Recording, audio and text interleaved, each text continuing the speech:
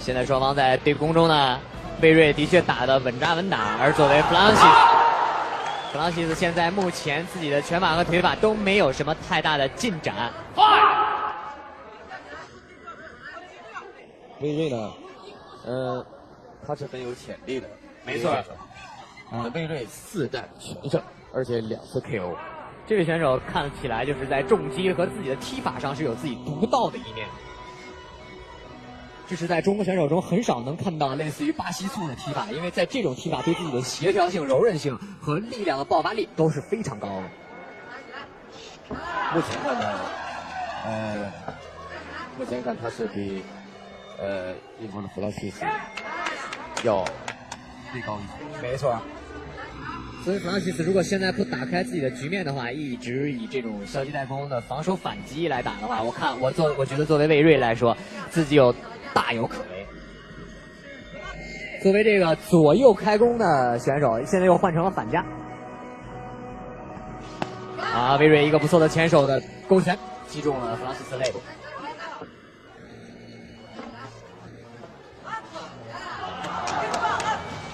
所以季老师，您是第一次看这种中英的比赛吗？我是第一次。那您看，作为英国选手，一般他的拳法会好于对方，而在这场比赛里边，魏睿反而越打越远。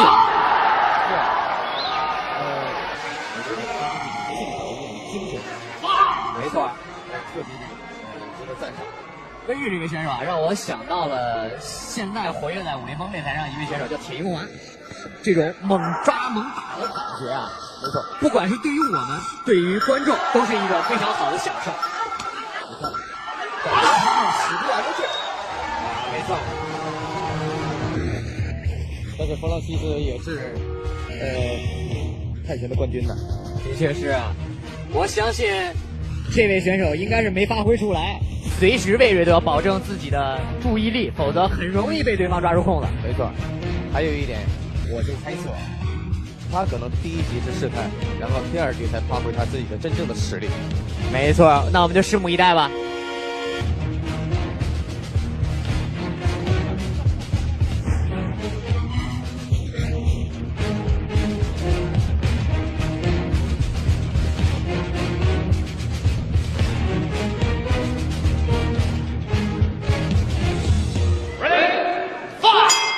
观众朋友们，大家好，这里是 WLF 自由搏击系列赛事的现场，这是一场中英男子60公斤级的比赛。在第一回合中啊，可以说魏睿是尽占优势，不管是作为自己的踢法、拳腿组合以及打击力度、落点和准确度来说，魏睿都是占据了优势。这位左右开弓的选手让我觉得真的是眼前一亮。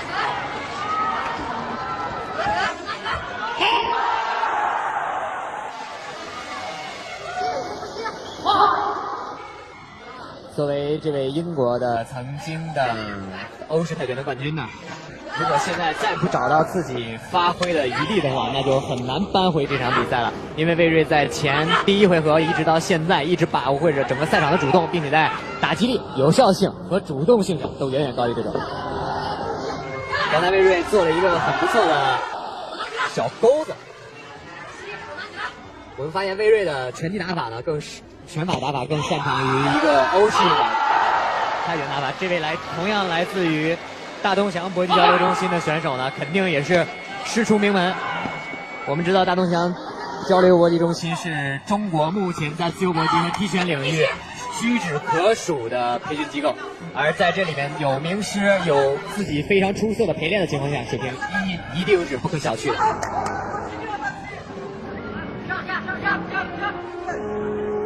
现在对弗朗西斯，如果再不把自己的步伐拉重，而不找到克制魏睿的方法的话，一定会失去这场比赛。而魏睿只要稳扎稳打，一直保证着自己的节奏和自己的频率，那么拿下这场比赛将不是难事。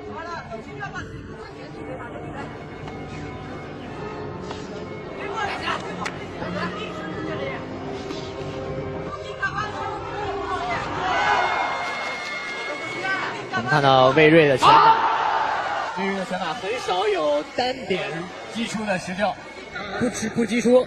所以刚才裁判警告了我们魏睿，因为在我们 WF 的规则中呢是不允许2次发力攻击。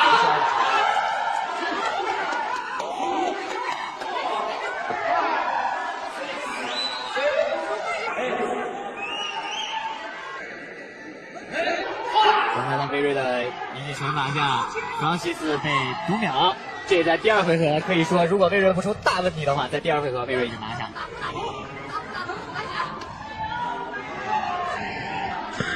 第二回合一开始能感觉到弗朗西斯他这种拼力，